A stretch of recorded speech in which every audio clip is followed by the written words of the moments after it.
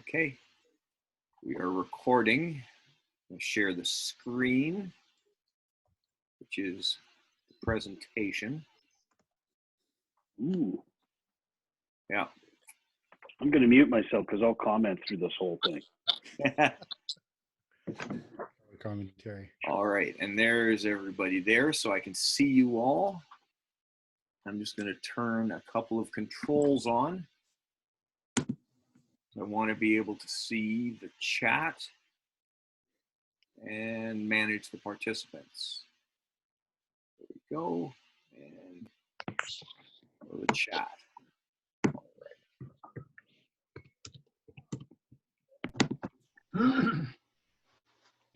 All right.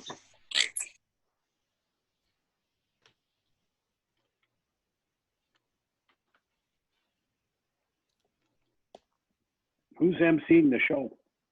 Cam is emceeing the show. Ooh, big round of applause for Cam. All right. Now I just have to turn on the button that says broadcast, which of course is now covered up by all the other windows I have opened. Yeah, of course.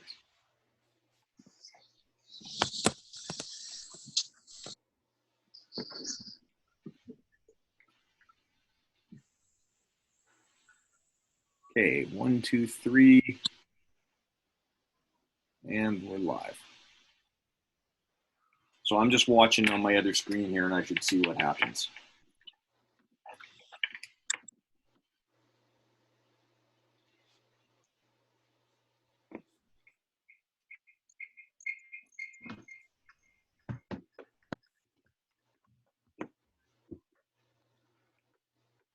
All right, are we ready to rock and roll? I think we're live. Hey, everybody, this is Cam Rowland here with Teammate. Hope you're having an awesome night. Hang on, just checking a couple things here. So, welcome. We're so glad that you could join us this last week of April 2020. Wow, what a month this has been. So much stuff going on. Exciting things, good things, challenging things, but we're learning through that. So that's something that I'm really grateful for, the ability to learn through adversity and challenging times. Excuse me. So tonight what we're going to do is we are doing a different version of what we normally do on a monthly basis. Normally we meet last Monday of the month and we meet in person so we can network, touch each other and give each other handshakes and high fives and interact. And tonight's going to be a little bit different. Much like last month, we did do the Facebook Live. Tonight, obviously, we're doing the Zoom. And we're excited that you are joining with us tonight. So tonight, basically, our topic that we're going to spend some time on is basically questions revolving around stuff you are interested in. So what I mean by that is you're going through some challenges, you're going through some victories, you've got a lot of questions about real estate, investing, development, all that sort of stuff. We're going to have an opportunity later to specifically talk about questions that people have been asking, and you're going to have the ability to ask them in the chat. Now, I'm not sure, I'm not controlling the screen, so there's either going to be a chat box or there's going to be a Q&A box. So it'll be prevalent for you. And our friendly techie, Keith, is in the background. So from time to time, don't be alarmed if Keith jumps on and he kind of gives some direction in terms of where we are, what people need to do, all that sort of stuff, because Or he says hi. Together. There we go. Thanks, Keith. So Keith will jump on from time to time just to give a little bit of direction, as well as later we've got whole panelists of speakers. Basically, our coaches and some of our sponsors are on tonight answering those questions. So you can start populating that field. Keith, is it the Q&A section or is it the chat section that they should be putting stuff in? It's the Q&A section for questions. Q&A section. Awesome. Awesome, because we can't see most of the people because this is a webinar, not a web casts. So use the Q&A. You can start answering them now, or excuse me, start asking them now. And we're excited to be able to do this platform to give you continued value as a teammate coaches and a teammate organization. So just a couple things about us, because some of you are new.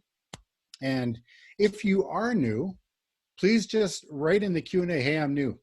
And just so we can kind of get a sense of who you are and maybe say where you're from.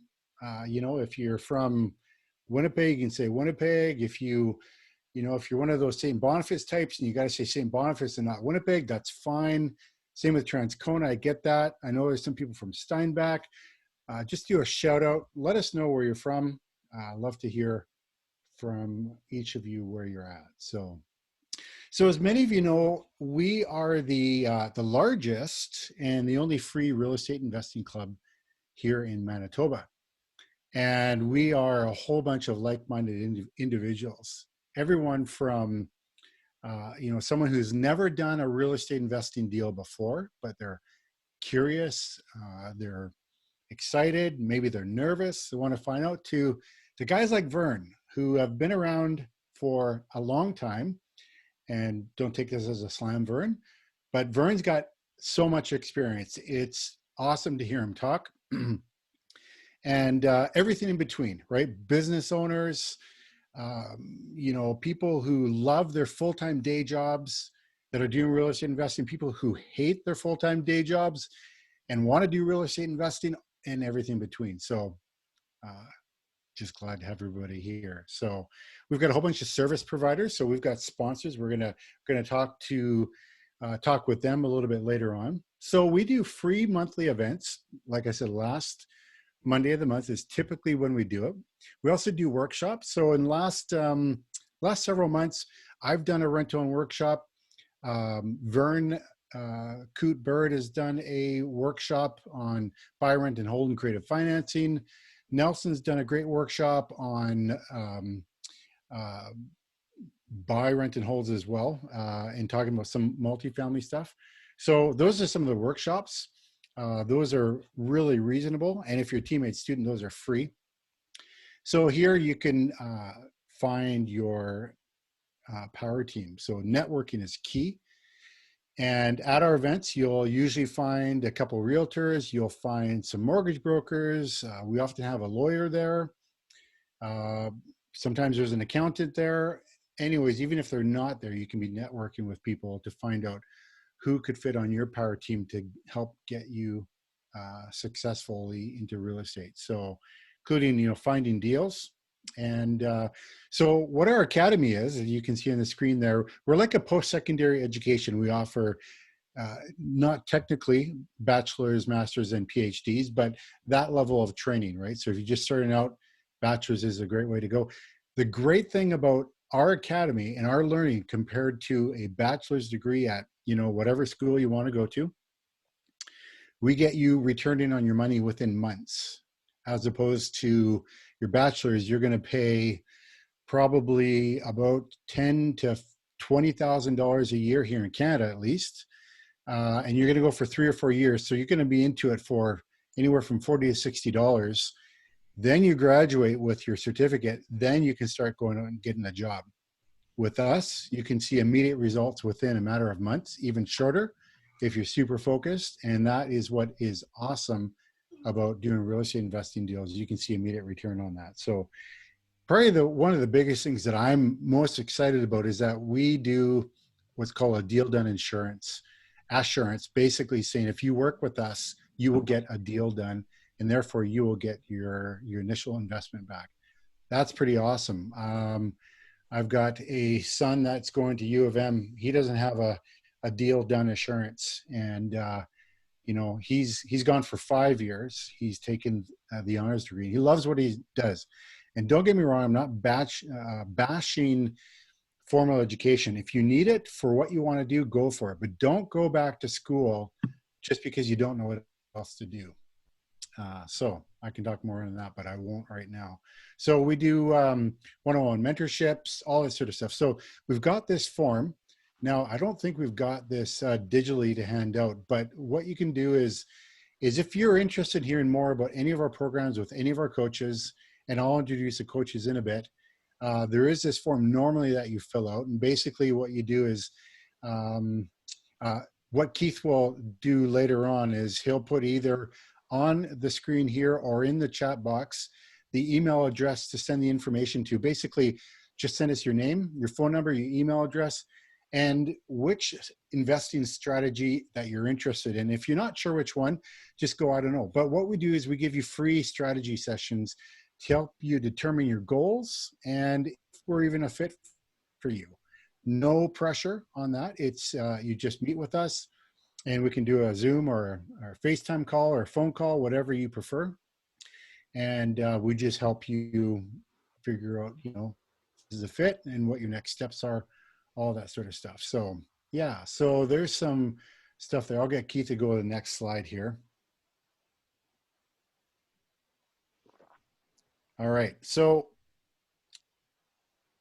I love this picture because if you've been at the last 2 or 3 events, you've seen this picture of Keith every single time. I think it's Keith's passive aggressive way of getting in front of all of us and just saying, hey, look at me, I can lift weights.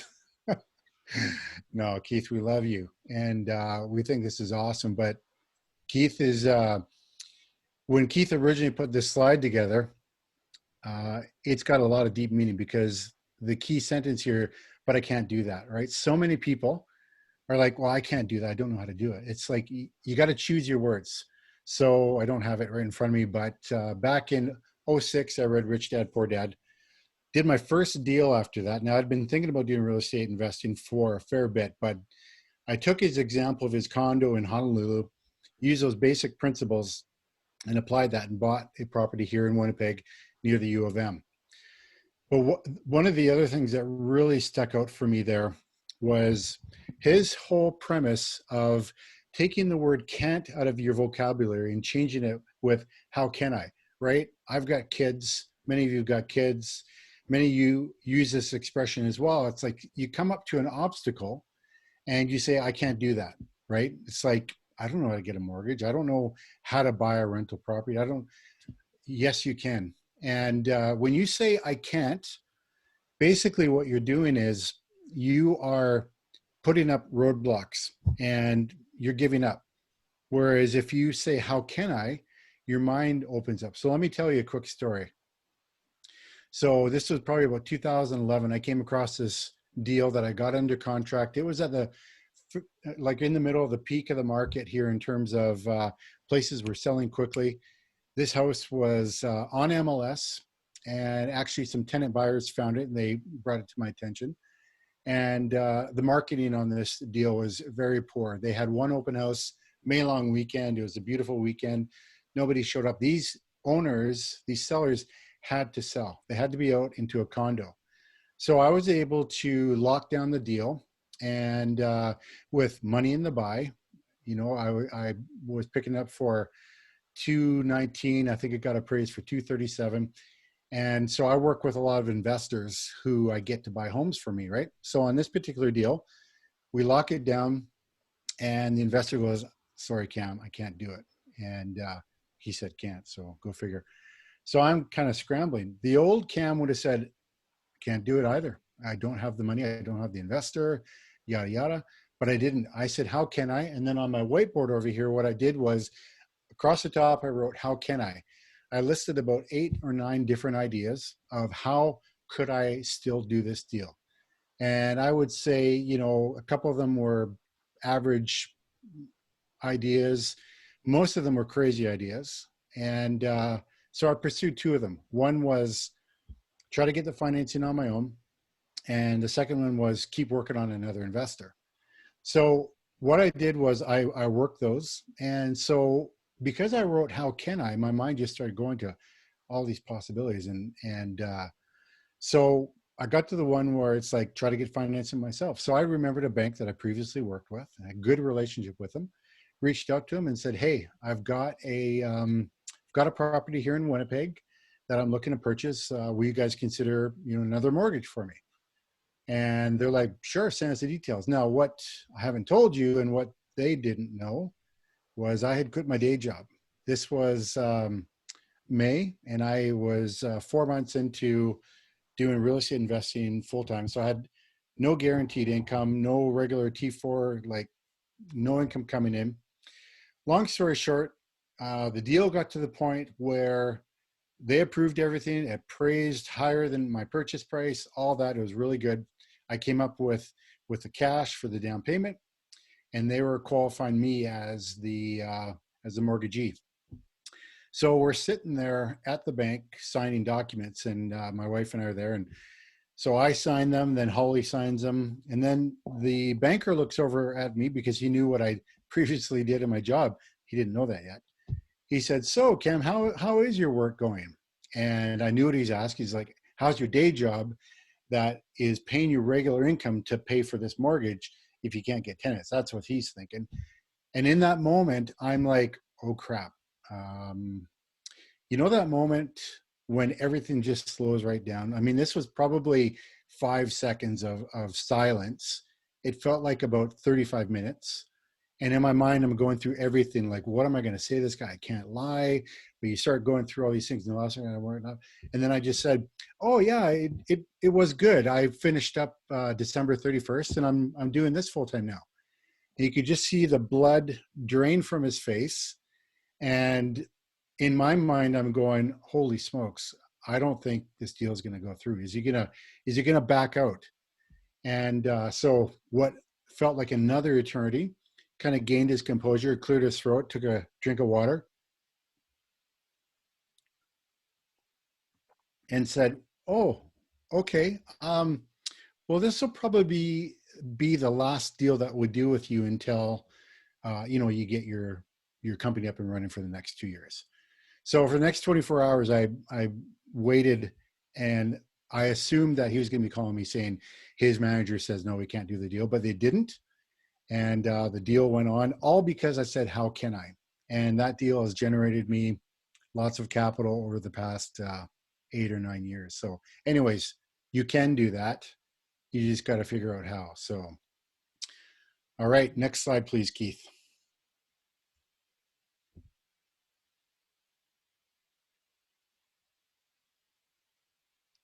I'm seeing pictures of my fellow coaches, but not the slide. There we go. All right, so we're going to jump into some sponsor shout outs. And now, so Daryl really needs no introduction. So why don't we just bring Daryl on, and he can share about what's going on. All right. Time for the Daryl Walsh Show. Great. So I guess I will ask Keith to bring up my slides. Luckily, I have my slides in the background. So, Keith, are you with me? Oh, there we go. March report. So, one thing I just wanted to point out, I'm giving you the March report, and we're almost through April, but my statistics don't come out. So if we wanted the April report, we'd have to postpone our meeting for another week. So just moving on. So some of you know me, some of you don't know me. I'm a licensed realtor here in Winnipeg. I'm also a developer. I own several properties, and I kind of focus on the multifamily stuff. But the critical thing about working with a realtor and find yourself a good realtor is that they know the market or the segment that you're working in. If you're buying properties, single family homes, if you're buying for the burst strategy, if you're buying for the flip strategy, if you're working with Cam and you want to do the rent to own, know your market, know your segment, and a good realtor will know the numbers. And that's kind of what I do. So if you can advance to the next slide, this shows us basically our market for the month of March. So we've got everything from detached to attached to condominiums, active listings. So I can read this off to you, but you can all read, but I'll go through it briefly. Active listings, 2,404. That means properties that are currently on the MLS. That doesn't mean new listings that just came on. It means current listings that we have for single family detached. We did 809 sales in the month of March with an average sale price of $327,514. It gives us an average square foot price. properties that you're buying in certain areas of the city may be different sizes, but this is an average for the entire MLS region. And we've expanded our region, not just Winnipeg and surrounding areas. We've actually gone a little bit further west into Brandon, Portage. So these numbers will change a little bit from the past. They've changed the MLS geographic area. Attached houses are the next one, and I don't have the cursor, so I can't move to show you what I'm talking about, but you see attached houses. Those are going to be townhouses or side-by-sides, and then the last segment is condominiums. Substantial amount less of active townhouses side-by-sides because there just isn't that many in the city. You've got actively 203. For the month, we did 82 sales. And the average price is what it says there, $261,810,000, and then you move over to condominiums. I'm going to ask you to advance to the next slide, please. All right, so what we've got here is, again, our 2020 price comparison year to date. So the last one had our average price for the month of March. If we look at the top here, we see a residential detached average price of $318,435. Year to date, our price is a little bit lower, but I mean, we're only ramping up as March would typically be not even our hitting the peak of our spring market. So if we had a typical April and a typical May, not the COVID-19 version of it, our numbers would ramp up fairly quickly. Just as a side, we're seeing a lot less product coming on the market right now. Normally on a Monday or a Sunday, we would see about 200 listings come to market per week during our busy season. We're seeing about 40 properties. So wow.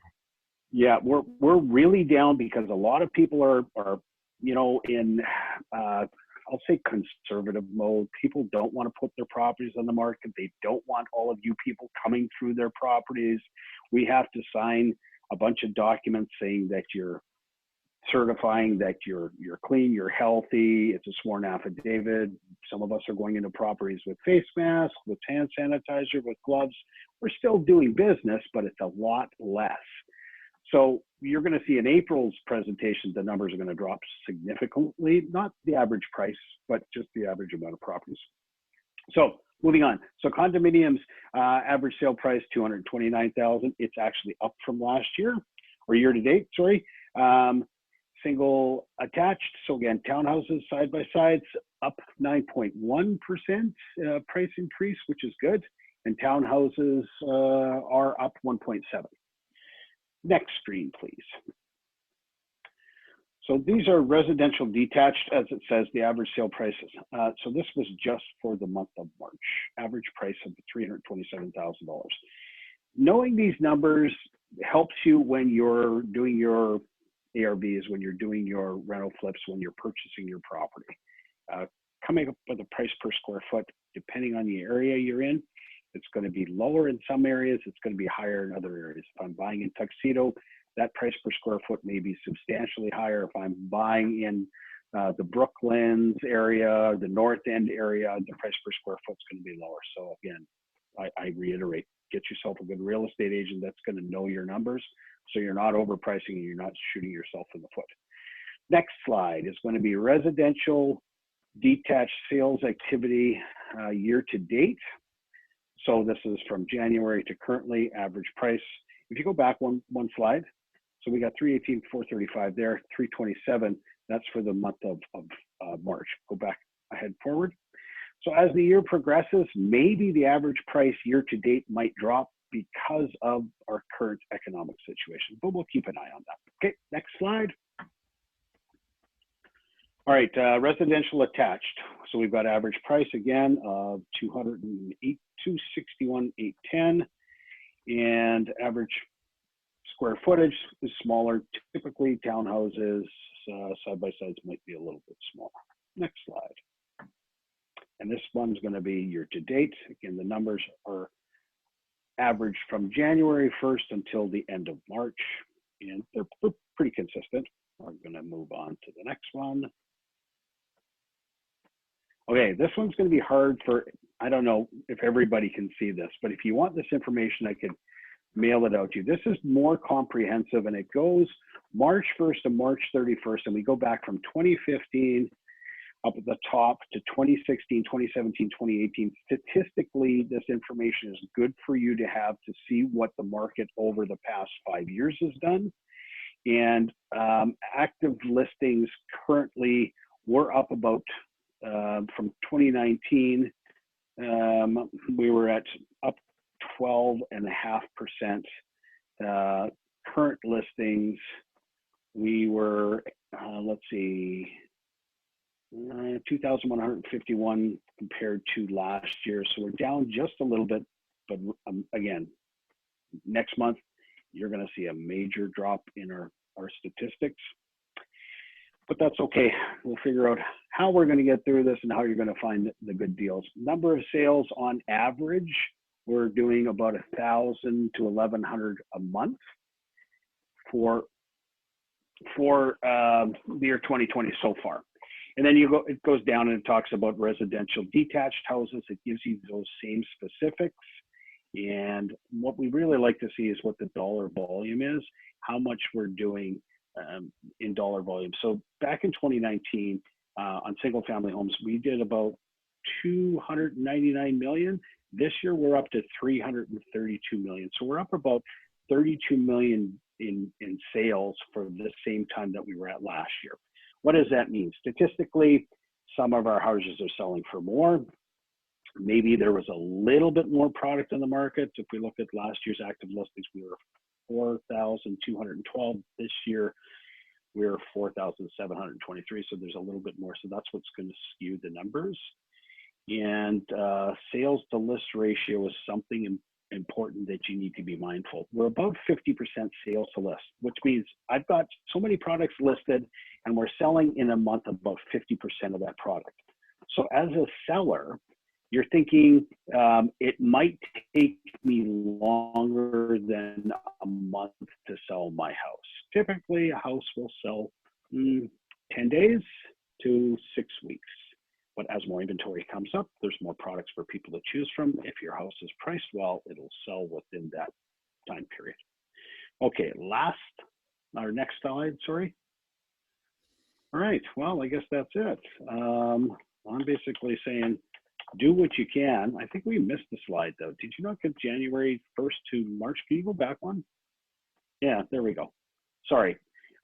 This is year to date. So the last slide that we had before that was a 5-year period. This is a year to date, January to March. And again, if you're interested in this information, you can private message me, text me, call me, email me. I'll send you this information, and it probably wouldn't hurt to dissect it on your own. And if you have questions, I can get back to you. Last slide, which is about staying healthy and trying to keep yourself sane. So remember to wash your hands, don't touch your face, stay at home, and thank all of those around you that are going the extra mile and doing the things that they need to do to keep us healthy. And if there's anything you need, if you want to see a property, give me a call. I'll provide you the hand sanitizers and the gloves. I know Vern's got a really cool face mask that he won't share with anybody, and he should. So that's it for me. Thanks for your time, folks.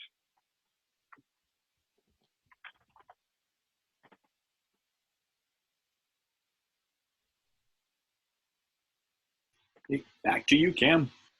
All right. Thanks, Daryl. Always appreciate your insights in the market. It's fascinating to think about how these months are going to screw up your stats for the next couple of years to come. Well, we'll see. But there's always deals out there to be had. You can ask some of our students that we were out shopping. You'd be surprised. Yeah. No, and I agree. There are deals. It just, stats are one thing. I mean, we just picked up a property 45 cents on the dollar, and people still need to sell, and people are still looking. I've got some properties I'm trying to fill, and I've lots of showings. And in fact, I've been surprised at how non-social distancing a lot of people are. I'm showing up in my face mask and my gloves, and I feel like they're looking at me like I'm an alien or something, but they just walk in, and obviously they don't touch anything, but it's all good. We're we're doing what we can in these times. So, all right. So now we're going to hear from our coach, Vern. The other sponsors, the one just before me, the slide back, one back slide. Just a second. Yeah, we jumped, we highlighted Daryl and then we did his slides. So we have the other sponsors there to shout out to. Who was doing the sponsor shout outs? Was that you, Cam? Yep. Yeah. I think we did Daryl. We didn't do the rest on the list there. No. Oh, you're right. So, okay, I will go back to that. So, hey, I just want to talk a little bit about our sponsors that we've got. They help make these events possible.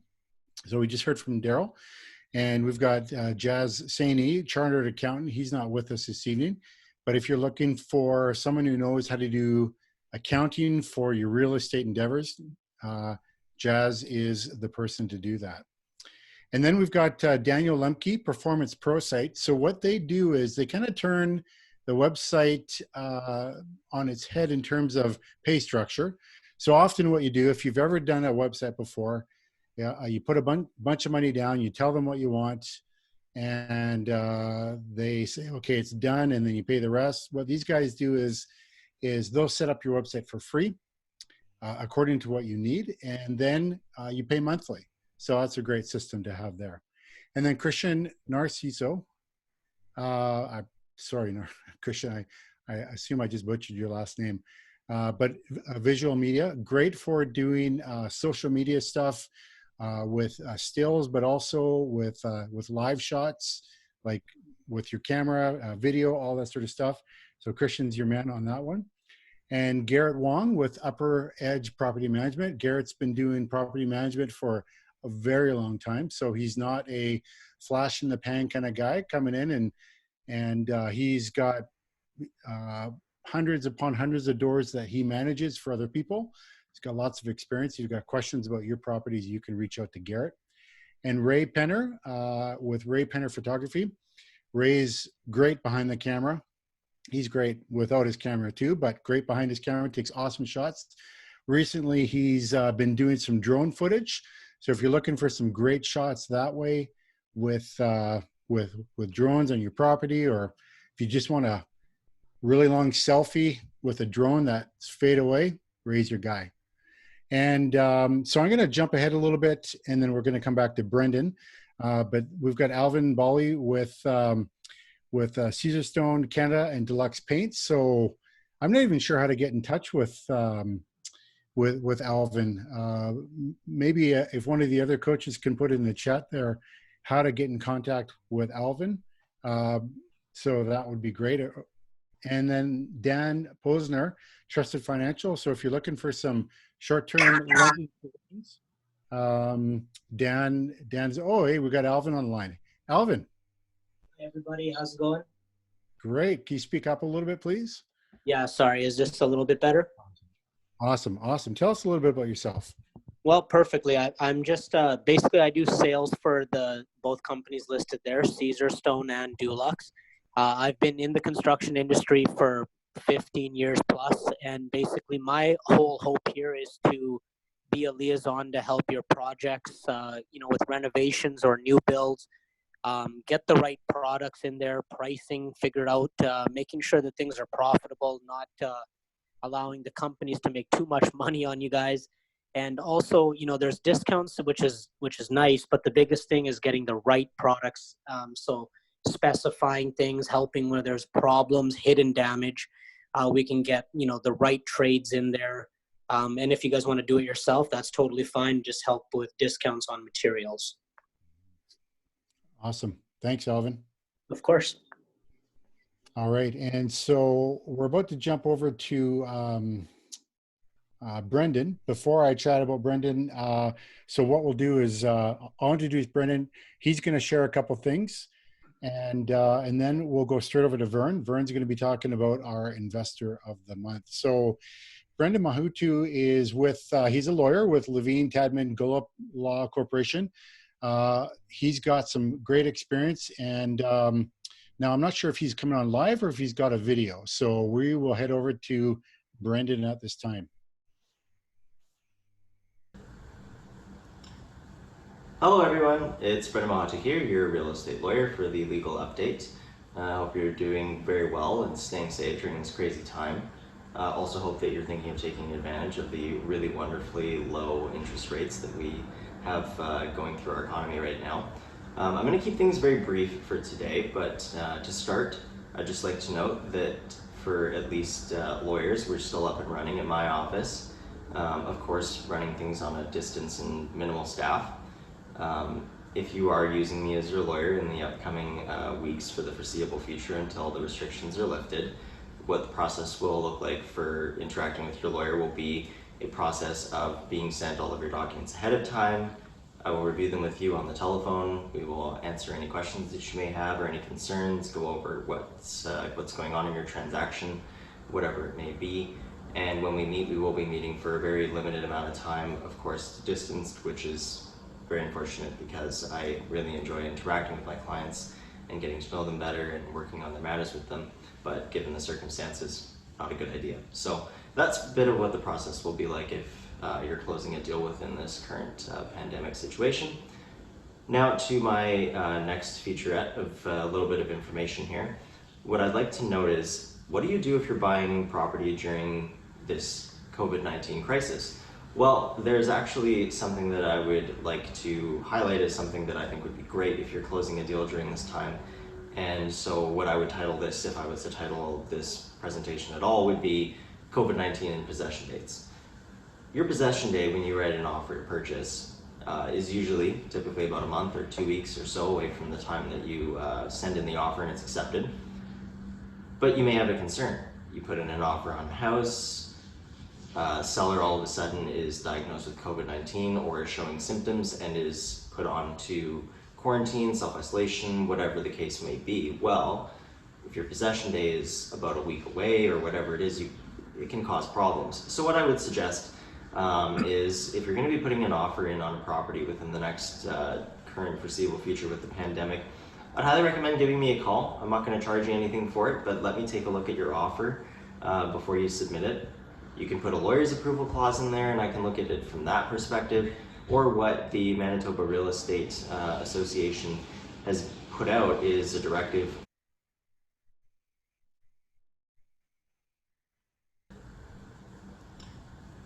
Hello everyone, it's Brendan Mahata here, your real estate lawyer. Sorry, I apologize. Everyone there? It appears there was a glitch at the end of the video. So we'll take it back to Cam.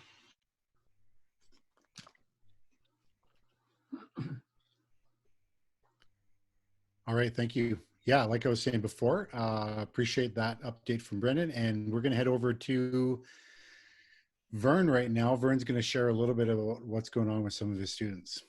Go ahead, Vern.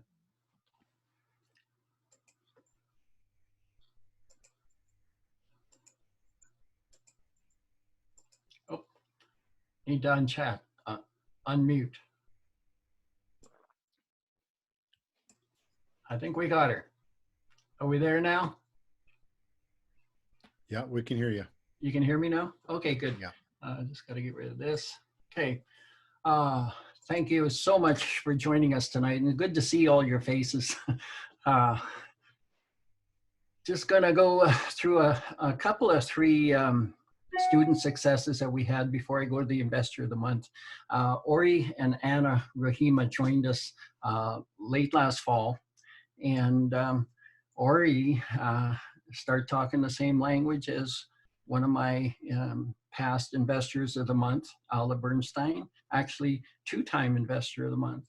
And he decided that he had a good deal. He brought it to her and they decided to do the deal together. So another avenue of getting deals done is just simply the new proteges teaming up with our seasoned students or proteges, ones that have experience. And now Ala is helping myself train Ori on the rehab done, and it's sold, and they already have an accepted offer on their next deal together. So congratulations to both of them. Ori and Anna Rahima teamed up with Ala Bernstein. Next one, please. Okay, Alex and Anita Prudnikow renovate and hold a deal. Okay, they needed help with negotiation and a maximum allowable offer training. On the first property training that I did with them, 15 minutes in the house, gave them a maximum allowable offer, price the cost of the rehab, and during that same discussion with the private seller right there, before we even left the property, we got the price down $12,000. So congrats to Alex and Anita Prudnikow. Very happy with their first buy and hold with myself. This is a video. Is this video going to play? So I'm here with Alex and Anita Prudnikow. Did I say that right? Yes. Yeah. Okay. And this is their first purchase with myself. You guys called me a while back, and you were already negotiating on this duplex here, right? Turned out into a triplex, actually. And you were ready to buy it. Yeah. You called me to help you price the rehab and stuff, and we did that. And in a few minutes, and then we met with the owner, and you ended up buying it cheaper than you were going to, right? The guy wanted to sell bad. He just wanted out of here, right? It's been empty for a long time, and now the reno's well underway. You should have a tenant in by April 1st. April 1st, first one, and then before the end of April, this main floor will be done and rented, and then going into May. Hopefully by the end of May, we'll have the basement ready. Okay, you guys are happy with that? Yes. The purchase. Anything you want to say? Have we been helping you a lot? Yes, We're trying. Yes, thank you so much. Yes. Yeah, oh yeah. Yes. Okay, Yeah, so that you're was happy good. with that? Great, Yes. great. Okay, say hi to everybody. This Hi. is Alex and Anita Prudnikow. Thank you. Okay, next slide. Devin and Kelly Palmer. Buy and hold is what they wanted to do.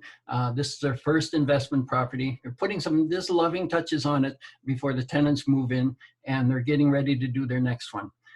This one was just some cosmetic stuff to do, and got it at, I believe, about $65,000 under assessment value. So they're very happy and looking forward to moving to the next one. Okay, next slide. Yes, one of my favorites, Leslie and Dan Stanier. They came on board and did a couple of quick flips real quick. And in 1 month, in the last 34 days, bought 2 properties. This one here in the picture it should be listed this coming weekend, ready to go, and the next one is being started. So I just wanted to congratulate her and thank you so much, Valen, for moving ahead with Investor of the Month for my friend Leslie and Dan Stanier. I think there's another picture there a little further, but it just shows, well, oh, right, we got a video. Can we play that video, Keith? Ready now? Yeah. Okay. Yeah, I just wanted to congratulate Leslie Stanier, taking possession of her first property with us. And this one here, actually, possession day, today, right? Today, yeah. Today is what, March 9th? March 9th. March 9th, possession day. She has 2 crews in the house working within an hour of possession. That's how she starts. And you came here with a plan, right? Came here with a plan. I had the 2 contractors come in and do estimates on Monday. We got in before the possession date, so they gave me prices. We got everything settled and finalized, and they all starting today. We got some foundation work going on in the basement, and we have demo going on in the main level. Anyway, good start again. Thank you. Thank you. Thank you. I think that about wraps it up for myself. I just want to make a couple more points. We do get really good results with our students, our protégés, because we work hand in hand with them. And in times like this, there is no better time than to get moving and to spend some time learning a new skill, add a new skill to what you already do. even the seasoned investors, add another skill. Somebody brand new, we're going to teach you everything that you need to know. You want to look forward. And after we finish this presentation tonight, you'll see that TeamAid has responded like every other company in the world. We're bringing tremendous value to the table, and inquire with us about our special COVID pricing for coaching and mentoring. You'll see later all of our emails for the coaches. Email us, ask us questions. We're going to be doing question and answers. We're going to have a panel right away. Thank you, Keith, and thank you all for listening. All right. Thanks so much, Vern. And that's really cool about Leslie's deals and the progress that she's making. And I couldn't agree with you more in terms of timing. I think this is a very crucial time, and not to sound over dramatic, but in our history, this will be one of those times when we all look back and go, what were you doing when such and such happened? Whatever we end up calling it, if we call it COVID, you know, people will ask you, what were you doing when 9/11 happened, right? And other key moments throughout history. This is one of those times, and it's created an opportunity for us as investors to get prepared, not only get prepared, but to take action now for the opportunities that are there. Daryl's already stated that for sales are down. What that means is that in part, it's going to be a bit of a seller's market, which is awesome for investors. So if you're doing a flip, you want to sell, it's a great time to be ready, you know, to do one. But this is going to continue for a while. As this is dragging on, feels like it. You know, we're going to come out of this thing very slowly, and the economy is going to be slow to start, but there are going to be opportunities. And I want to touch base on two opportunities that I see. So I, like many other people, I work with two different types of investors. So there is the career worker or working professional. So this guy here, his name's Myron, and you know, he's got a good day job. He loves what he does. He's really interested in real estate investing, but he doesn't necessarily want to take the time to learn all the ins and outs, or to swing a hammer, get dirty with the renos, or deal with tenants. So someone like this, and you know, lots of people, doesn't, you know, it's someone who's got regular income, they got money for down payment, they can get a mortgage. They're looking at their portfolios right now, whether or not they're active investors in the stock market or passive, meaning that someone else manages their portfolio for them. They're going, holy crap, my portfolio just dropped by 40%. I just spoke to someone today, theirs dropped, they had a pretty aggressive portfolio. Not everyone's like this. His dropped 70%. Now he expects some of it to come back, but he's younger and he's got time. You've got people who don't have the luxury of time, and they're going, you know what, real estate seems like a really safe bet because it can be managed much more than the stock market. And so that's the first type of investor I work with, is someone who wants to invest in real estate, but they have me do all the work. So it's a turnkey, turnkey, there's another term I use.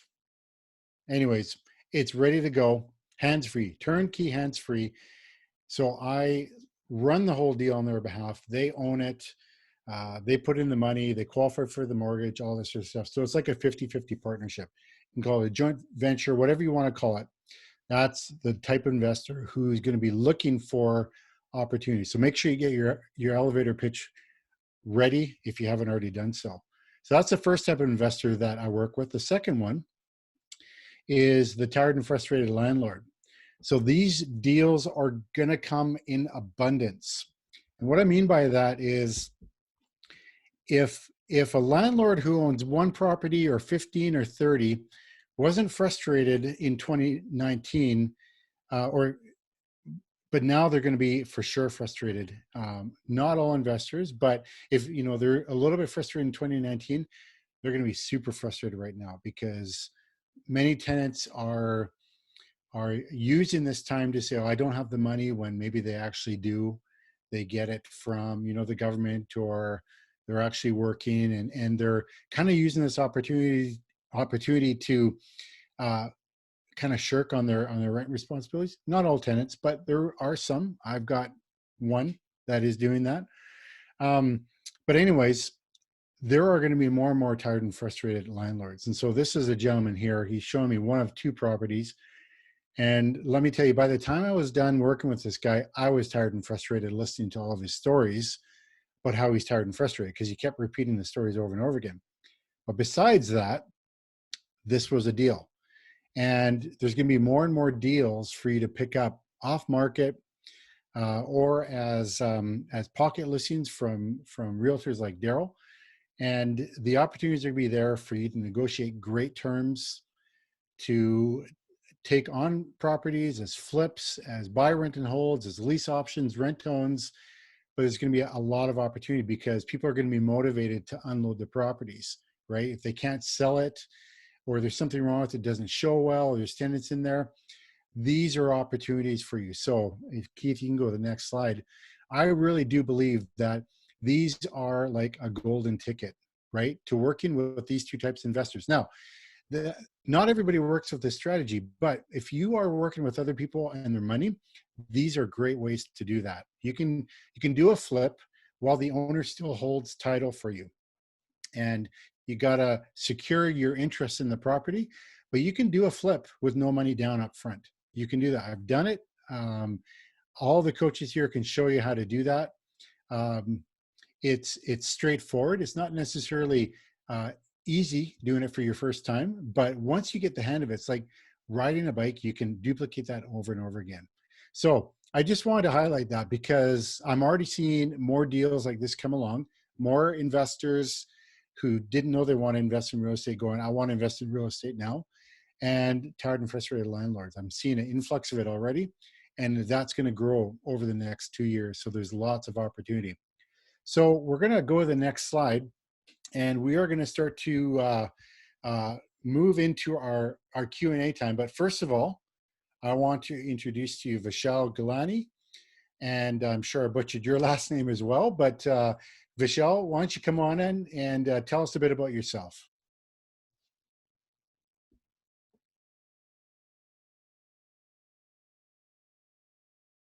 Hello, teammate. Can you hear me? Yes, we can hear you. Thank you. Awesome. So a little bit about myself. I've been doing real estate for about 10 years now, and I must say, I love the flexibility and the freedom of investing in real estate. So one thing real estate gets to offer us is we get to choose when we work, what projects we work on, and who we work with. So we're really in control of our business. And guess what? That holds us accountable and responsible to the results. And that's what I look for, opportunities where I can make a difference or an impact. I also get to travel where and when I want. So I've had the opportunity to travel throughout 26 countries, as well as live in Switzerland, where I studied finance at the University of Zurich. Just trying to share my screen here. So I can show some pictures aren't showing up, but that's all right here. So how I invest. So to me, real estate isn't solely about the money. The money is a great side effect of the success. But if money is your main objective, you will not be able to scale your portfolio. This isn't the business to nickel and dime people. It's an opportunity to build your brand. It's an opportunity to help those in need. It's definitely a chance to add value to the communities that I am passionate about. So I'm going to talk about 5 pillars of success in real estate that I follow. The first one's going to be ethics. So being in real estate for over 10 years, I've seen a lot of stuff. So regardless of how much money there is to be made, I would definitely not engage or encourage any activity that's unethical or fair. Even if it's a suspicion that something isn't right, I'd rather let the deal go than to entertain it. So as entrepreneurs, it's up to us to set high standards to follow. The second pillar is relationships. So the team you build can make or break you. Relationships are key to success in this business. Now, I'm not just referring to the power team of agents, bankers, and lawyers. I'm also talking about the neighbors of your rental properties, the appliance store delivery drivers, the mailman, the customer service representative at the local Home Depot. This real estate business thrives on relationships. The third pillar we're going to talk about is reputation. So reputation is key for scaling your real estate business. If you develop a poor reputation of not being able to close deals, you're going to lose a lot of key relationships and credibility. When you do business, ask yourself, how is this going to affect my brand? Fourth is community. Invest in communities where you are passionate about. So what we're doing as investors, we're going into neighborhoods more often than enough and buying the problem house or the house that had tenants from hell. Now, this is a fantastic opportunity to build relationships, clean the house up that needed some love. Neighbors often love the investors that come in and clean up the problem house and fill it with great tenants. The last pillar is something that really hits home to me, especially this month, and it's employment. So real estate investing really fuels the velocity of money, and I'm proud to employ trades, especially during these uncertain times.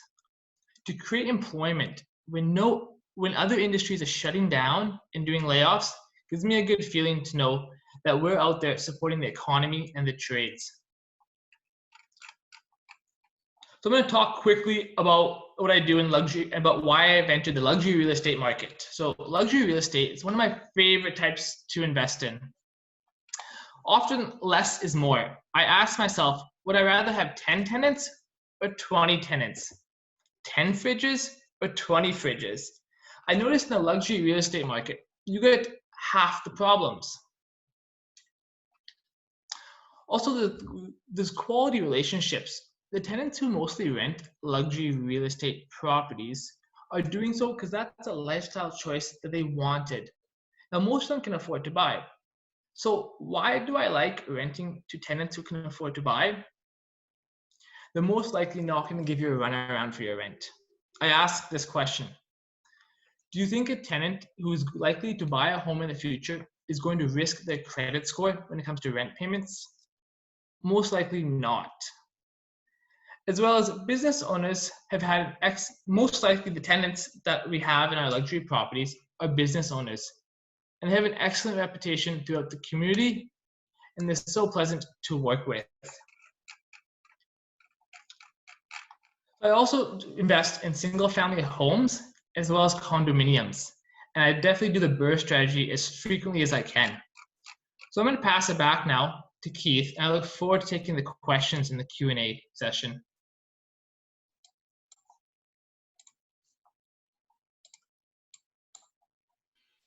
Thank you very kindly.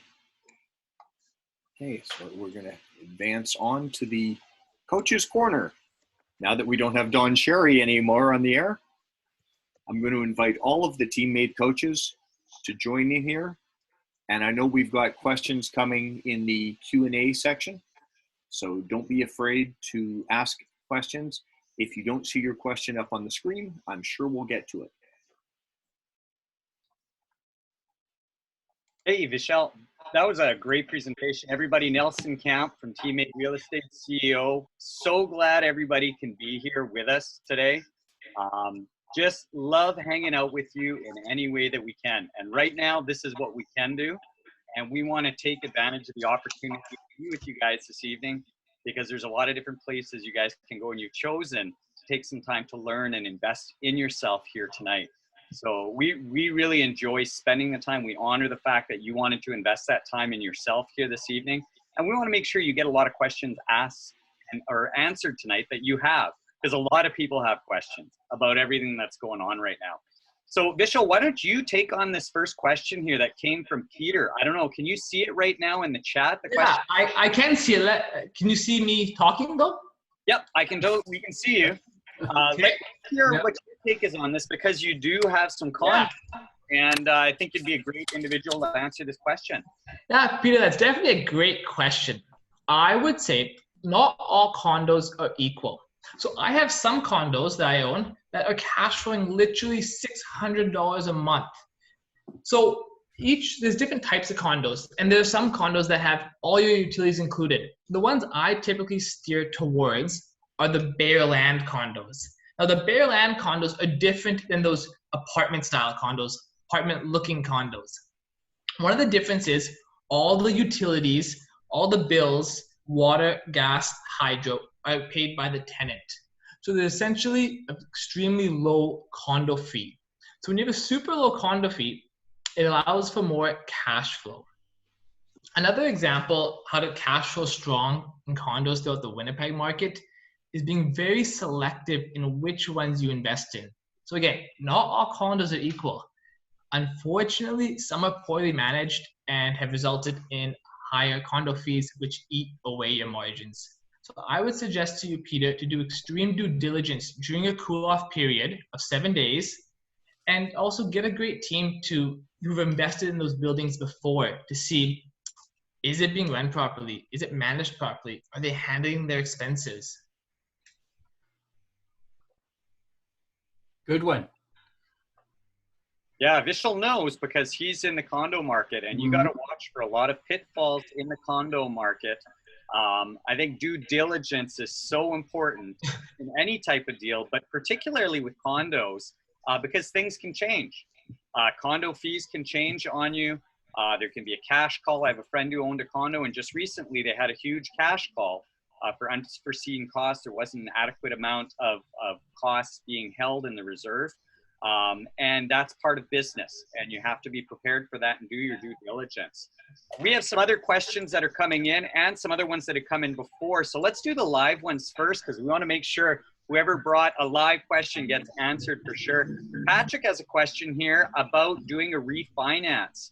So who would like to talk a little bit more here about refinance and how that's happening right now in these kind of uncertain times, and how banks are looking at refinances? Vern, how about you want to take a look at this one, or Keith? Yeah, I haven't done one in the last 3 weeks or 4 weeks. I understand it's getting a little tougher. Keith, what's your experience there? Oh, I'm actually unmuted. Yeah, it's pretty much the same thing. Okay. Cam, did you do any refi in the past 4 weeks, 3-4 weeks? No, I haven't done that. I've been working with other investors getting mortgages, but no refis. Yeah. Maybe I'll hit on this one a little bit. We're just in the process right now of refinancing a building. Good fortune is upon us because it's within a corporation, so it's on the commercial side as opposed to being in the residential side. And I don't know if all of you have experience working with commercial and residential mortgages, but banks work with you in two very different fashions. So when you're looking at a residential side, the bank really looks at the building. They're not as concerned about the building's commercial functioning, what it's bringing in. They're much more concerned with the bricks and timber of the building itself. What is it valued at based on that alone?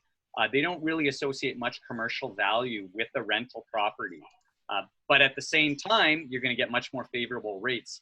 On the commercial side, your rates aren't quite as favorable, but working with the bank can be much more favorable. They evaluate the building not only for the bricks and timber that's involved in the building itself and the improvements, but they also look at what it's commanding and fetching for rent, which is a huge element in determining the value of a building.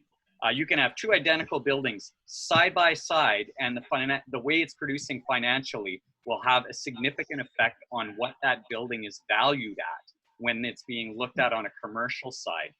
So I think that there is a difference between the two as well. Everybody knows that in times of panic and crisis, people become fearful, and banks are certainly no exception to that. Banks get more fearful than everybody. They always win. We know that banks always win. And so I would recommend being very well organized, very well planned out. If you are looking at doing a refinance, you're going to want to make sure that you have all your information in order. And things they're going to be looking for, they're going to want to make sure they see that all tax payments have been made, your income is still consistent to what it's been before or greater. They're going to want to see if you have lease agreements for the building in place. That is definitely going to play in your favor. You're going to want to make sure you also have all of your taxes from the last 2 years. They're going to want to take a look at that. Being well organized and professional will always work in your favor and give you even an unfair advantage when you're looking to do business with a bank. You always look great when you have the paperwork for them before they even ask for it. So I hope that helps answer your question, Patrick. And if you want any more details, be sure to get in touch with me or any of the other coaches. I'm sure we'd be happy to help you out a bit more with that one. Anybody else want to chime in, or are we going to move to the next one here? Let's go to the next one.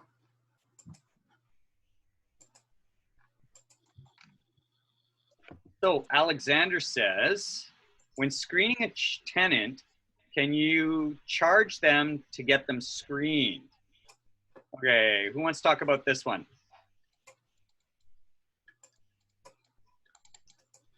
That's a good question. I've never charged them. I think one time maybe someone offered in one of the states that we were operating in, but I haven't run into it here, and I haven't charged any tenants here, nor any of my protégés that are active here yet. Anyone out there know? So I have screened a fair bit of tenants, and I do not charge tenants. Now, I would advise not charging tenants in the sense that there's going to be other companies are not charging tenants as well. So if you start charging your tenants, you're going to be limiting your audience of people who are going to want to work with you, and you're going to be increasing your vacancy rates. Quality tenants know that they're quality tenants, and they'll go elsewhere if you discourage them. So I would encourage you to work with the tenants to get them to fill your properties. I do charge, like I agree with what's saying. I'm not sure if there's any laws against charging people. I know there are some application fees that some companies do. On my rent-to-owns, I got two different types of rent-to-owns: house first or tenant first. And tenant first is when a great tenant comes along and we find a house for them and then we purchase it. Those ones we do charge a fee up front, anywhere from $500 to $1,000. But that's a different circumstance because we're buying a house for them. That's different than, they are still a tenant during the time, but that's the only instance where we charge a fee up front. It's also important to keep in mind that there are certain regulations that we operate under with the government. And to the best of my knowledge, I've never heard of a charge for someone applying to rent a suite. Now, if you outsource the screening process to an outside agency, such as Neighborly, where they have some requirements, that's completely third party and outside. That's something some investors do enjoy doing. But I would be very cautious on the side of trying to charge any type of application fee or anything like that when screening tenants. That could be a whole can of worms you'd be opening up for yourself. One thing you can charge for is if a tenant does choose to sublet their lease or move on somewhere else before their lease is completed, you can charge a fee for that, which is permitted. And in addition to the fee, you can also have a buyout fee if they choose to leave early. Rather than finding a sublet tenant, they can have a buyout where they pay for a month or 2 months or 3 months up front and then just leave the suite as is. So hopefully that answers your question as well, Alex. I see Alex has another question also talking about appraisals, anything that's happening currently, and how does it differ from a few months back with regards to the appraisals?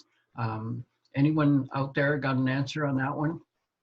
Yeah, on that one, we've seen appraisals being done by drive-bys and just gathering any data, but not going into the homes. That's fairly common. Going into the homes is basically, well, not forbidden, but I'm not seeing a lot of that. Plus, appraisals are coming in sometimes lower because of that, because they're not seeing the true value of the house. So for appraisals, not a great season. Something to keep in mind for appraisals as well is I just had a colleague tell me that they got an appraisal that came in below what they were really hoping it would come in at. And they were told it was, there was a reduction done for the COVID situation. And I'd never even heard of that. I didn't know that was something that could be done. To my understanding, it's a science. You're looking at the last 6 months of comparable sales, and that's what's supposed to support the appraisal value that is being associated with a building. One thing is for sure, if you want to get an appraisal done, I would recommend doing it sooner than later, because you don't want to start chalking up a few more months of fire sales and lower the value of your building in what may be coming in the next while if we do see a depression in some values. I would say you want to be able to draw from some very solid comps that have taken place prior to that. So that's something that could definitely happen on the appraisal side. Yeah, and just to jump in here, it's Valen speaking. Could everyone hear me well? Yeah. Yeah, just more to expound on the appraisals. I had an appraisal done with one of my single-family dwellings, and like Cam was touching on, they just did a drive-by. They also requested photos of key elements of the house, like the furnace, the water heater. If the basement's unfinished or not, they want pictures of all the walls to see the foundation, and garage and all that, all the key areas. And we just submitted it that way. And that was the way that we saw our appraisal being done. Just to touch on that. Okay, just to add a little further to that, one of the things that I've discovered, and depending on the market that you're in, the community you're dealing with, sometimes I find, as Daryl's very quick to comment on, everything is negotiable. Everything, guys. There is no end to the things we can get when we ask for it. We can negotiate. Sometimes the lender will pay the appraisal, especially if they're just doing a drive-by. When I pay for an appraisal, I want it done proper, not just a drive-by. So negotiate with these people. You need the appraisals. You can also challenge them. As Nelson said, we can go back 6 months on sold comps. Most appraisals will do just 2 or 3, and if you don't challenge them, those 3 sold comps could drag your value down. So be careful, scrutinize all appraisals. I learned that a long time ago. Thank you. Okay, we've got a question here from Peter about conflict resolution between tenants. If you had, say, a duplex with a couple of tenants and they're not getting along, but they're both great tenants. Keith, you want to maybe hit on this one? Interestingly enough, a friend of mine actually posed this question to me in a phone call about 3 weeks ago. And the unfortunate thing was that the one tenant was a good tenant, but his financial circumstances had changed. So he was forced into a position where he had to bring in I don't want to say roommate because it was a duplex, but they had to bring in another tenant. And the new fellow was done on a different lease than the original tenant. So I said right there to my friend, I said, well, first off, making the two of them not equal is going to create a problem. And of course, the first thing you want to try and do is just sit down with both parties and try and get them to work things out. But in this particular case, I spoke with them last night and they just weren't able to come to an accommodation between the two of them. So he actually ended up essentially evicting them both because the one guy wasn't going to be able to pay his rent for May 1st, and the other guy wasn't going to be able to meet the terms of the lease he had signed for April 1st. So they were both out, and he simply replaced them with 2 new tenants. So if you have good tenants like that, but they can't get along, hopefully you've got another property you could relocate at least one of them into. Mm-hmm. And if not, well, refer them to me if they're a good tenant. Fair answer. Anybody else want to chat about how they've handled the human resource part of clients? Well, the relocation works well, but in that particular instance, you need similar properties or facilities close to one another, because generally the tenants are in that community because that's where they want to live. That's where the children are going to school, etc. And this works well when you have, especially in a duplex situation.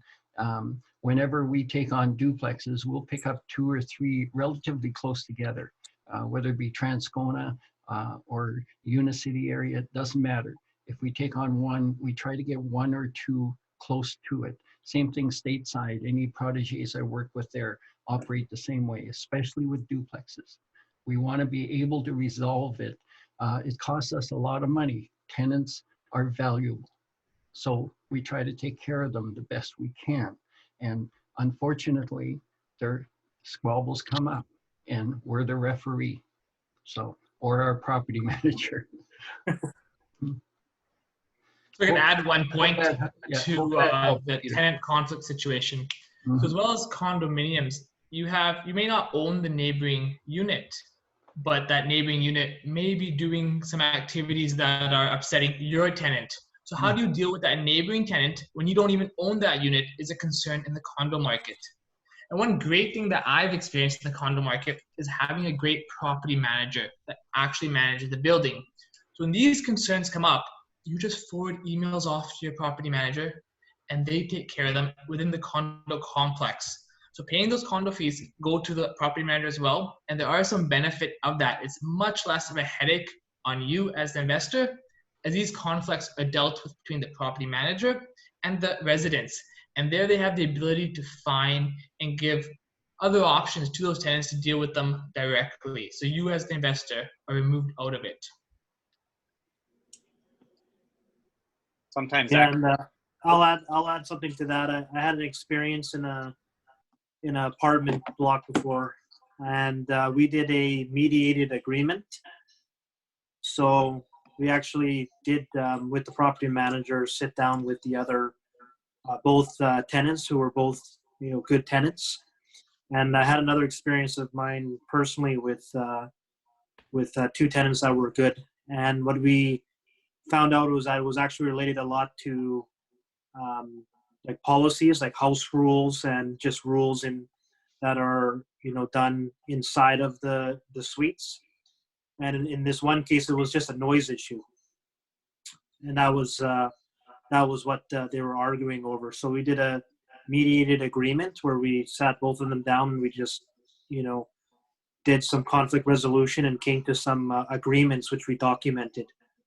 And you can also do mediated agreements with tenants that cause, like individual tenants that cause troubles with the RTB. And you can actually have the tenant and the RTB on the phone and actually construct a mediated agreement so that whatever is followed and agreed upon is essentially set in stone, if you will. And you can do that personally with tenants and sit them down in the same room and just have a dialogue and come to some agreements and put it on paper. Yeah, that's a great point in trying to help people work through things. Doesn't matter what industry you're in, there's always going to be a certain amount of human resource that's required. Another way is being preventative and trying to determine the culture of the building as well when you're working with tenants. For example, there was a building we looked at purchasing at one point, and it was actually a mixed use commercial on the main floor, residential upstairs. And it was actually a head shop. So if you don't know what a head shop is, that's where they sell marijuana paraphernalia and pipes and everything. I guess head shops now sell marijuana as well. And everybody in the building smoked pot, but nobody had a problem with it because everybody did it. And it was kind of the culture of the building, and everybody got along understanding that this is kind of the culture of the building. Now, I'm not saying you should establish that culture in a building necessarily unless you choose to, and that's your building's brand. But it just speaks to the fact that people get along when they have similar interests. We rent to a lot of university students, and they tend to get along well. We tend to rent to a lot of shift workers, nurses at the hospital, and they tend to get along well knowing, hey, everybody's kind of got a different schedule. We need to try to be respectful for one another. And trying to orchestrate culture within buildings can be helpful in avoiding some of those issues as well. All right, what else do we got for live questions here? Okay, I think we're all caught up in the live questions. If there's anybody else who has some more, don't hesitate to put them in there. In the meantime, we got a few other ones here. Someone's been asked a question about their income, and it sounds like possibly their income has changed because of loss of employment or being laid off or reduced hours. Who wants to kind of speak towards that one about the financing and how banks are really looking at the COVID income right now? Well, first off, do we have any financial people out there on the call with us? Is there anyone out there in the finance business? I'm gonna see who we have in the participants here. Is Dan still here? I don't see anything from him. No, I don't see him. Okay, who out there has a story to share that something they've been trying to finance, say in the last 7 to 14 days? Yeah, well, with regard to some commercial financing, one of the mortgage brokers that I was working with, they really tightened their purse strings, and it was through a MIC, a mortgage investment corporation, and a lot of them were holding off on lending on new projects until after things and the lockdown was alleviated. So I do know that some MICs are holding off from investing in new projects. Not all, but that was through an experience I had with a commercial refinance. In a number of months, when things get better, if not sooner, then they'll revisit. But that's an experience I had. So there was some restrictions with some of the brokers I was working with. Yeah, I can also speak to that. I was speaking with a mortgage broker, and this was today, Monday. I was speaking with someone on about Thursday or Friday of last week, and the mortgage broker was saying that certain lenders are getting not just concerned about where you are now, but they're starting to look ahead. So from the job standpoint, they're actually concerned with not just do you have a job today, but is your job one of these jobs that's going to be furloughed right away? Are you still going to be working in 6 months? So often that's going to create problems for the investor. So you actually want to go ahead and get your financing lined up as fast as you can before these sorts of behaviors start to become more prevalent in the lending community. Sure, that makes sense. And I think that's a good advice in any situation, Keith. It's great to be kind of preemptive and planning ahead for what do you see coming and how do you need to shore things up in anticipation. I think we'll skip right down to question number 3 and see. So what, I guess people want to know, what are you guys doing or what are we doing as coaches right now in terms of real estate? What are we planning for? What are we looking at in the market? What are we seeing coming? Cam, do you want to talk about this one and what you're looking at doing in the next while here? I guess there's a few questions there right now, over the next 3 months and in the next year. Yeah, for me, I'm doing what I've been doing in terms of, finding seller financed homes or getting investors to purchase properties. And, sometimes I'll flip them, but I'll flip them into a rent own. So rent own market is still very strong. In fact, it'll keep growing because the rent own market, not everybody wants to do them. And I understand why, but there is opportunity there for increased cash flow because rent own clients, can't get a mortgage, whether or not the housing market is great or it's bad, or what I kind of describing what we're in right now is a sideways market. We don't really know what's going on because we're right in the middle of it. It's hard to see.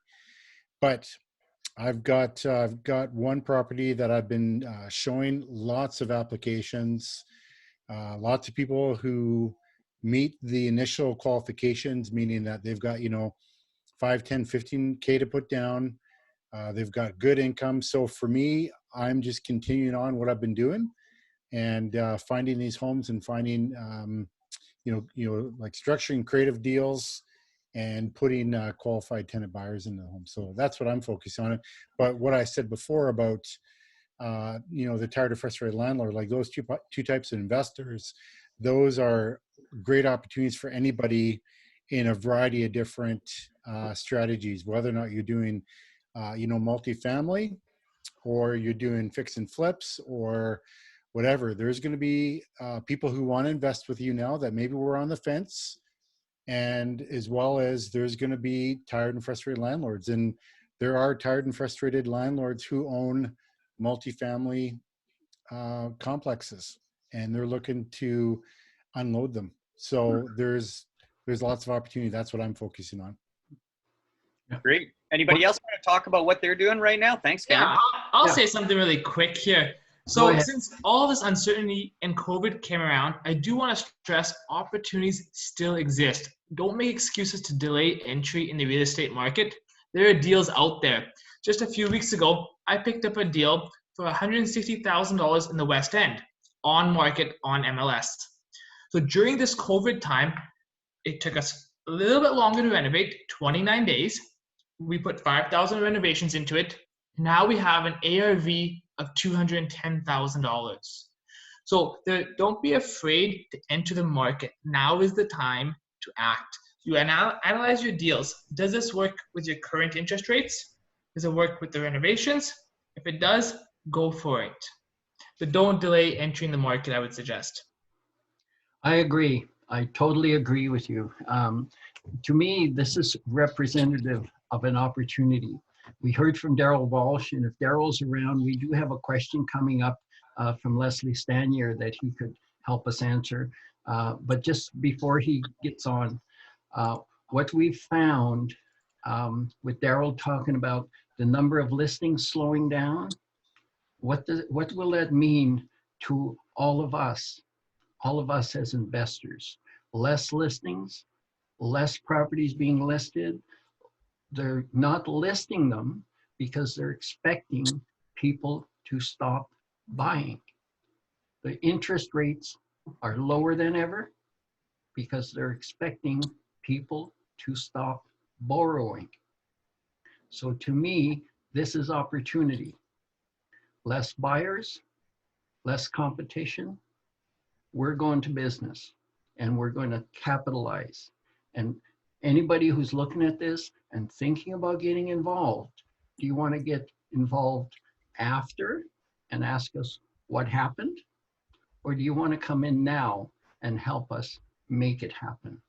That's what we're doing here, people. We do have a live question from Leslie Stanier, Investor of the Month. Is Daryl still online with us? No. Leslie's asking, as I prepare to list a flip property for sale, and I believe it's going up tomorrow or next day, what advice do you have? For example, pricing. Should I have an offer date, etc.? Okay. Is Daryl on the line anywhere? Anybody know? I don't see him up here. No, he's not. Okay. I would say, well, I'll give some advice at the end. Anybody else want to jump in? Leslie's my protege. Go for it, Karen. So, well, she knows my opinions already.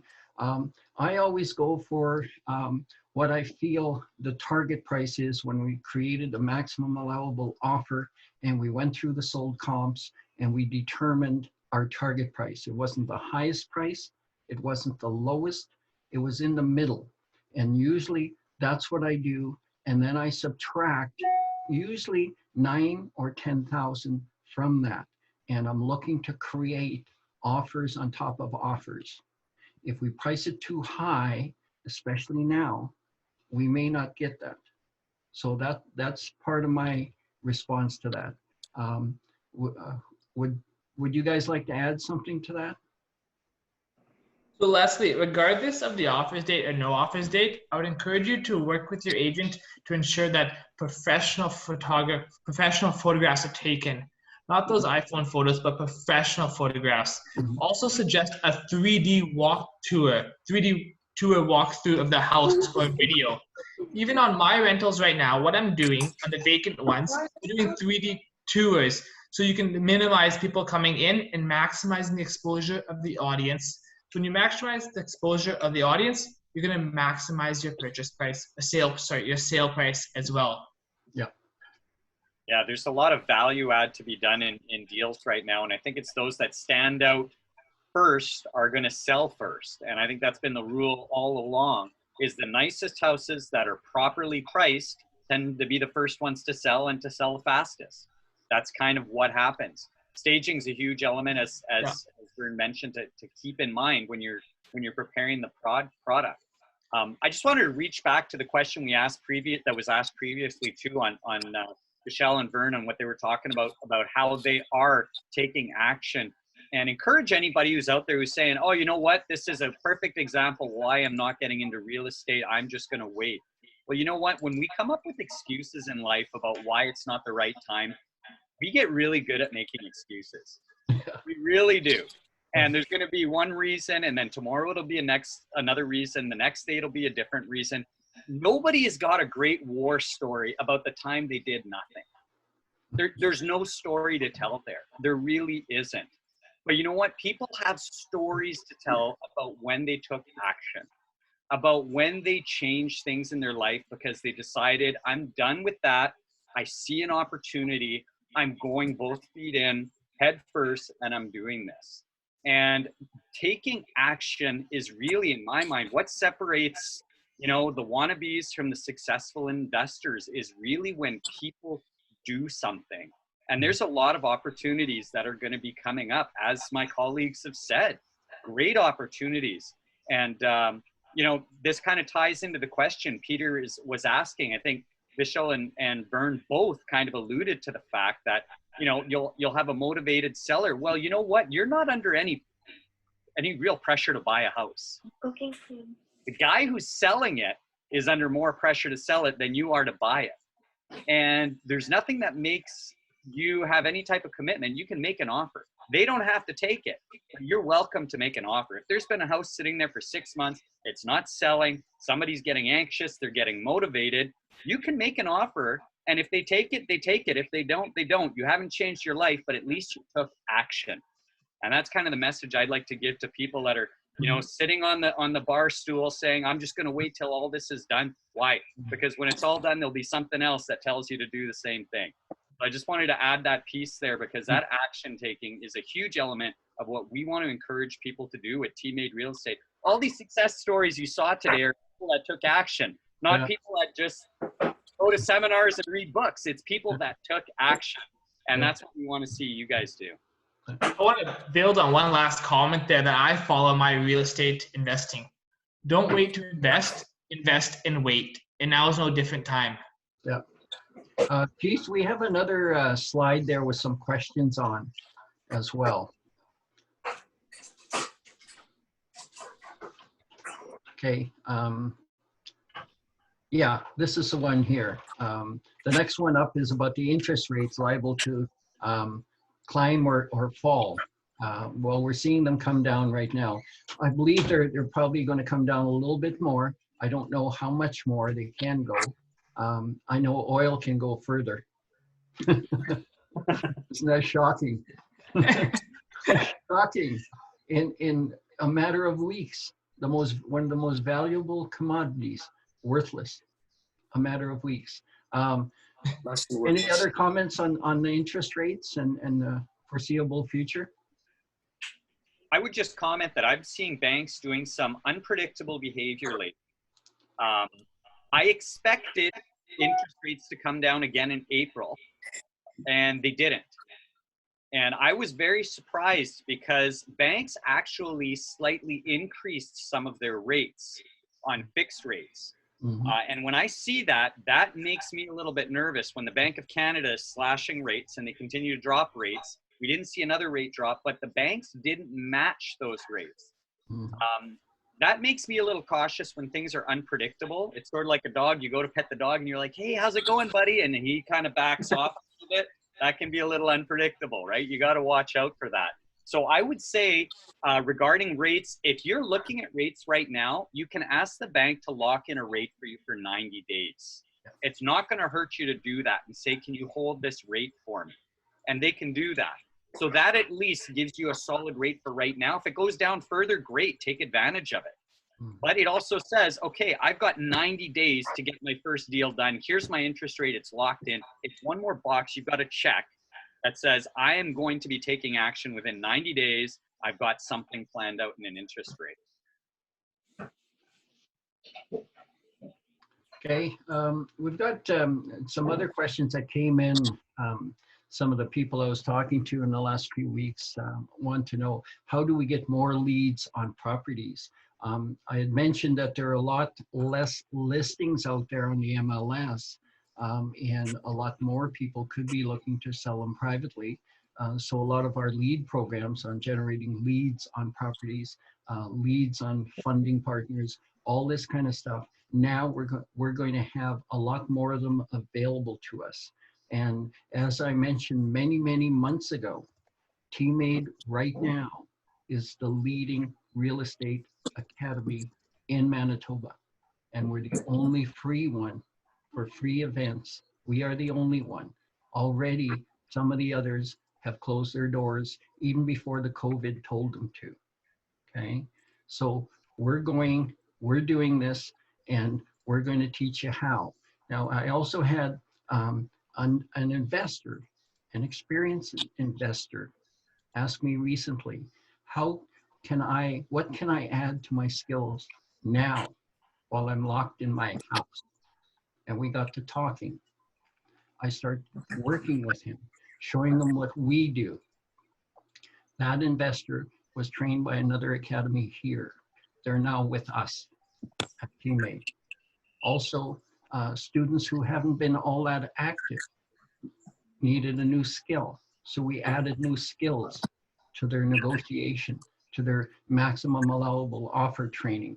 We've done several things like that, and we're prepared to teach all brand new people every level of this business, and do it now online, Facebook, any way we can. We are all in our houses. Let's make use of this time. Let's get you started, and let's move ahead with confidence. We are problem solvers. All of you people that are on this call tonight have problems. We have solutions for those problems. If it's with regards to investing in real estate or learning a new strategy to move your business and accelerate your net worth. I think that about covers all those questions there. I think that's great, Vern, that you're highlighting that, because there's an opportunity for a lot of people to be learning right now, to do something different. And I mean, I can't speak for all of my colleagues here, but I'm pretty confident that they all know that there's more value in learning than anything else. They say the learners are the earners. And, you know, when you've learned something, you can recreate that over and over and over again. They say it all the time that the readers are the leaders and the learners are the earners. And people are taking advantage of this time to be able to learn new things, do new things. Learning how to invest in real estate is a skill that can be taught, and you can get great at doing it and learning from those that have done it, the challenges that come, and getting away from some of those terrible pitfalls. So thanks for highlighting that, Vern, because that's an important part of what we do is helping people achieve the success that they want. We got another question here. Who wants to talk about hot areas? Cam, you know where the hot areas are in the city. Where are people wanting to live right now? What type of neighborhoods are you seeing people really want to buy in? St. Boniface, Nelson. St. Boniface. Oh boy. Well, you know, it all depends. I mean, one person wants this area, the next. I mean, St. Vitel's hot. Lots of inquiries for St. James, Transcona. those are areas that I keep getting repeated requests for. So for me, that's what I'm seeing. But there are opportunities in every part of the city. Anybody else have any areas they've seen that are super hot? You know who knows what areas are super hot? Are real estate agents. And I'm sure we could ask Daryl very quickly, and Daryl would be able to tell us what neighborhoods in the city have got the least days on market. Use your realtor for that kind of information. Yep. They'll be able to tell you what neighborhoods are houses sitting on the market for the least amount of days. That tells you right there that there's a demand in that area. What areas have few listings and you have houses sitting on the market for very few days? That means they're selling as fast as they can be listed. Yeah, another area of expertise, property managers. Okay, they're right on top of things. There are many here that are very, very active, and also very active in investing as well. And whenever I'm going into another city, first place I start is with property managers. They have so much information about the area, and they also come with crews. We don't have to hunt for any tradespeople, any materials. They come with everything. So property managers are a great source of information. And what you'll find, I feel anyways, is when you create that rapport with them, then they start to come your way. They start to pay more attention to what you are doing with your business. And one of the things that I responded to Peter by text was that when we get, another part of his question was doing do-it-yourself repairs and renovations. People, if you're looking to find yourself a job, then apply for a job. If you're buying real estate, don't buy yourself a job. You're buying a business. Treat it like a business. Your profit should be an expense. We're not buying properties, fixing them, and hoping we make money. Our profit is locked in when we write that offer. When we get an accepted offer, we know how much we're going to make. So treat it like a business. Do it yourself job. Why spend your time doing $30, $40 an hour work when you can make a deal on a real estate project and make yourself $30,000 to $40,000 in an hour? That's how I look at it. And I'm very strong on that with my protégés. Thank you. I think what Vern said is really important there. I once did a presentation on why you shouldn't be working for just what your boss says you're worth per hour. And, it's what all of us determine what our time is worth. What is your time is a non-renewable resource. Once it's gone, it's gone. Money, you don't need to worry about that. You're going to keep making money all through your life. But money and time, two very different resources. And you're worth really what you can create with your time. And that's not up to your boss or anybody else to decide. That's up to you to determine what kind of value you can bring as a business owner. So that's a great point you made there, Vern. We have another question about neighborhoods here, where values are fetching higher rental values than others. Who wants to talk about this one? Lesser values, higher values, as a general, who wants to talk about the rent values? How's Vishal on that? Yeah, sure. So I've got a few properties in the Lindenwoods area. So the Lindenwoods area, it attracts a different type of demographic, so I'll say. It's very well established. My rents range anywhere from $1,200 to $2,000 plus in the Lindenwoods area. I also have properties in the city, closer to Polo Park, and I'm getting less than $1,000. So it truly is how developed the area is. Looking at, that's one, is developed of the area, as well as the crime rate is important to take a look at. And surrounding amenities. Is IKEA close by? Is Polo Park close by? Looking at the main anchors those drive the rents, and they drive the rents as those drive employment. So if you're close to Polo Park, maybe you're getting a lot of people who work at the mall. If you're in St. Boniface near the hospital, maybe you get a lot of nurses. So really, or even the university. So yeah, it's all area specific, and those anchors are what drive your rents.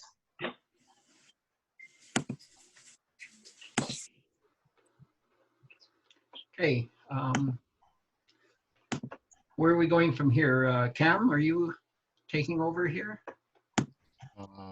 Yeah. Yeah, I don't see any other questions. Any comments from anyone? Cam, do you have some comments? Well, the one thing on that last question regarding rents, it's all about supply and demand. You can rent anything in any part of the city. It's a matter of what you can get for it based on what somebody wants for that place.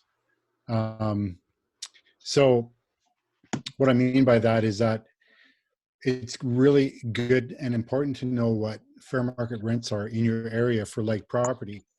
But you can also push that envelope. If you've got the luxury to wait a bit, you can try for higher rents and just see what the market says. The market may just say flat out, no way, meaning that no one applies, or once they're qualified, they don't pursue it anymore. So I've been able to do that a number of times with rent-owned properties because it's a different market, and it's nice to be able to get above market rents in certain areas. So that's what I'd say with that. Let's just see if there's any other last questions that have come up from the chat. Looks like all the Q&As have been answered. Good job, guys. Yeah. There you go. All right. I'll get Keith to advance to the next slide. And building off of what most of the coaches have said tonight, what separates people from being on the sidelines and not getting any results, even people who spent money on coaching but they're still on the sidelines and they don't get any results. Well, it's really about taking action, right? Because as Nelson just said, you can read all the books, go all the seminars, you can even look at all the properties. Unless you take action, you're not going to start to see results.